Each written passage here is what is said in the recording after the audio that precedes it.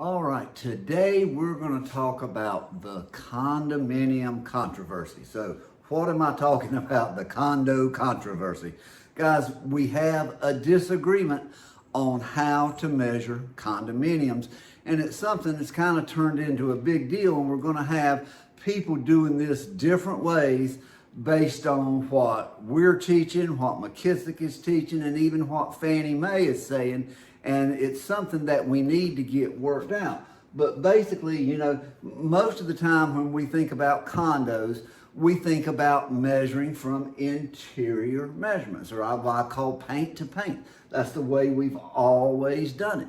But evidently there's a lot of controversy or debate about this, if you will, now, and everybody doesn't agree on the paint to paint method. So what's happening? This is per Fannie Mae now. Condominiums, the ANSI GLA standard, and hey, I gotta stop there. The ANSI is really not a GLA standard because ANSI doesn't even mention the word GLA. Pet peeve, sorry.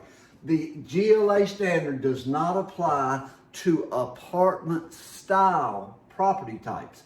Fannie Mae's existing selling guide policy of using interior perimeter measurements for the condominium subject property will continue to apply to apartment style condominiums. And the key word is style.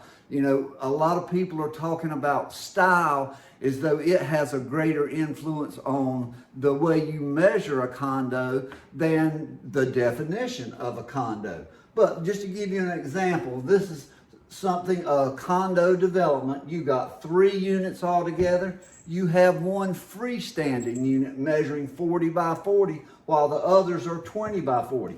You got 3 units here, and then you got 3 units on the bottom. Are they all measured the same? The way I say to measure condos, they absolutely are, with the key being the definition of a condominium.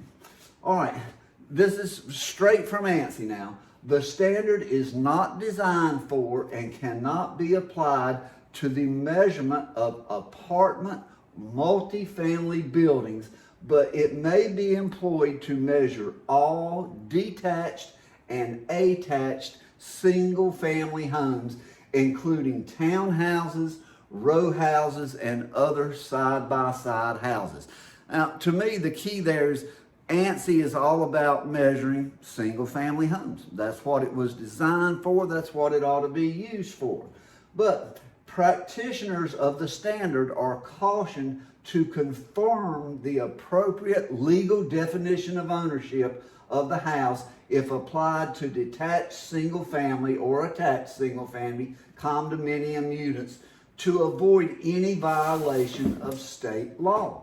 Differences between the method for calculating finished square footage as set out in the standard and methods prescribed by state law to calculate the area of a condominium unit must be resolved on an individual basis. To me, what does that mean? It means look up the deed, guys.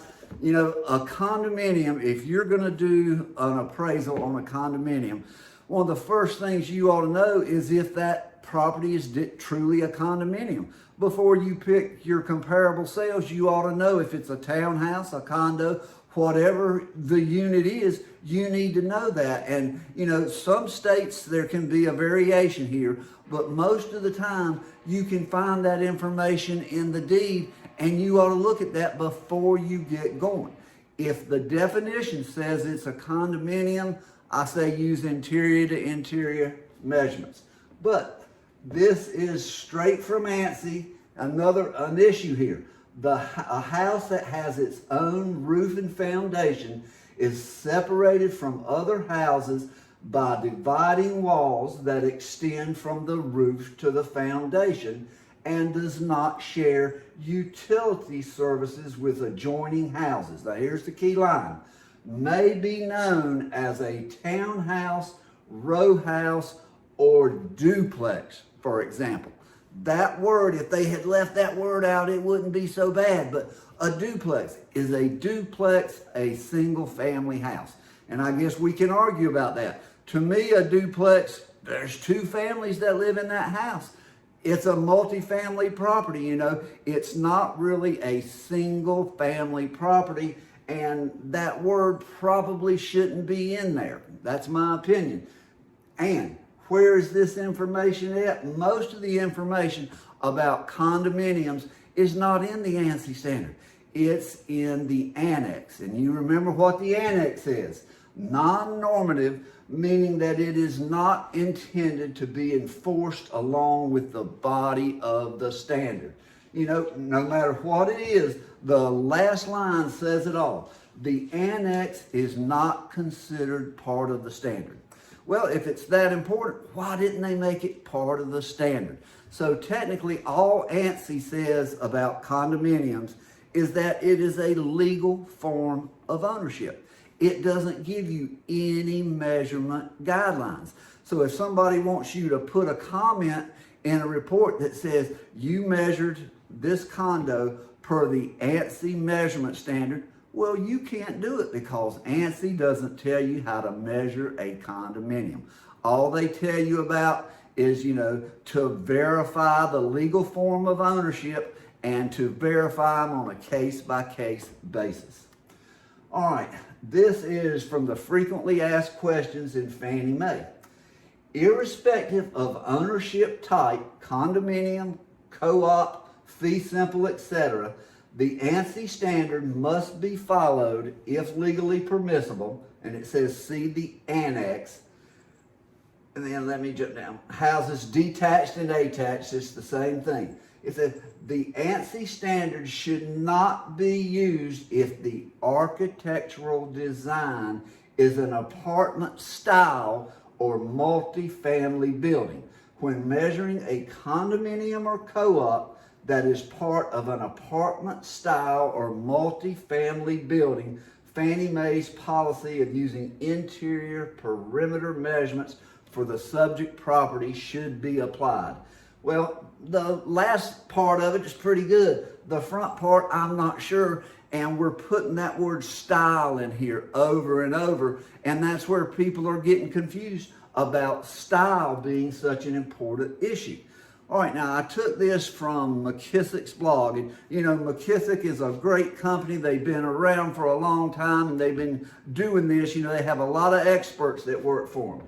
But according to their blog posted on April 4th this year, according to Fannie Mae, it is the architectural design of the dwelling, not the ownership interest, that triggers the requirement to use the ANSI measurement standard.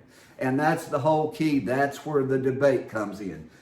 McKissock is teaching people that it's the architectural design of the dwelling that determines whether or not you use the ANSI measurement standard.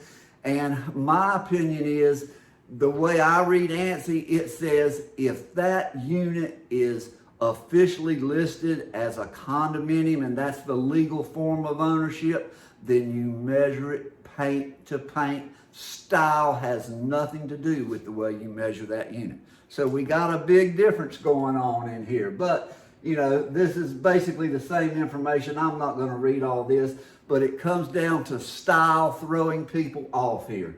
And you know, there are different ways to do this, and let's show you the three. Let me back up and see if I can find the three different forms of ownership that we need to look at here. Okay, here we go. All right, there's only three ways. First off, you're going to look at the deed. Look down here at the bottom. You're going to look at the deed to make sure what type of ownership there is. Then you're going to look at state statutes, depending on which state you're in. I guess Michigan is a big issue for a lot of people. But you look at the state statutes and see if they have a definition of unit boundaries for condominiums.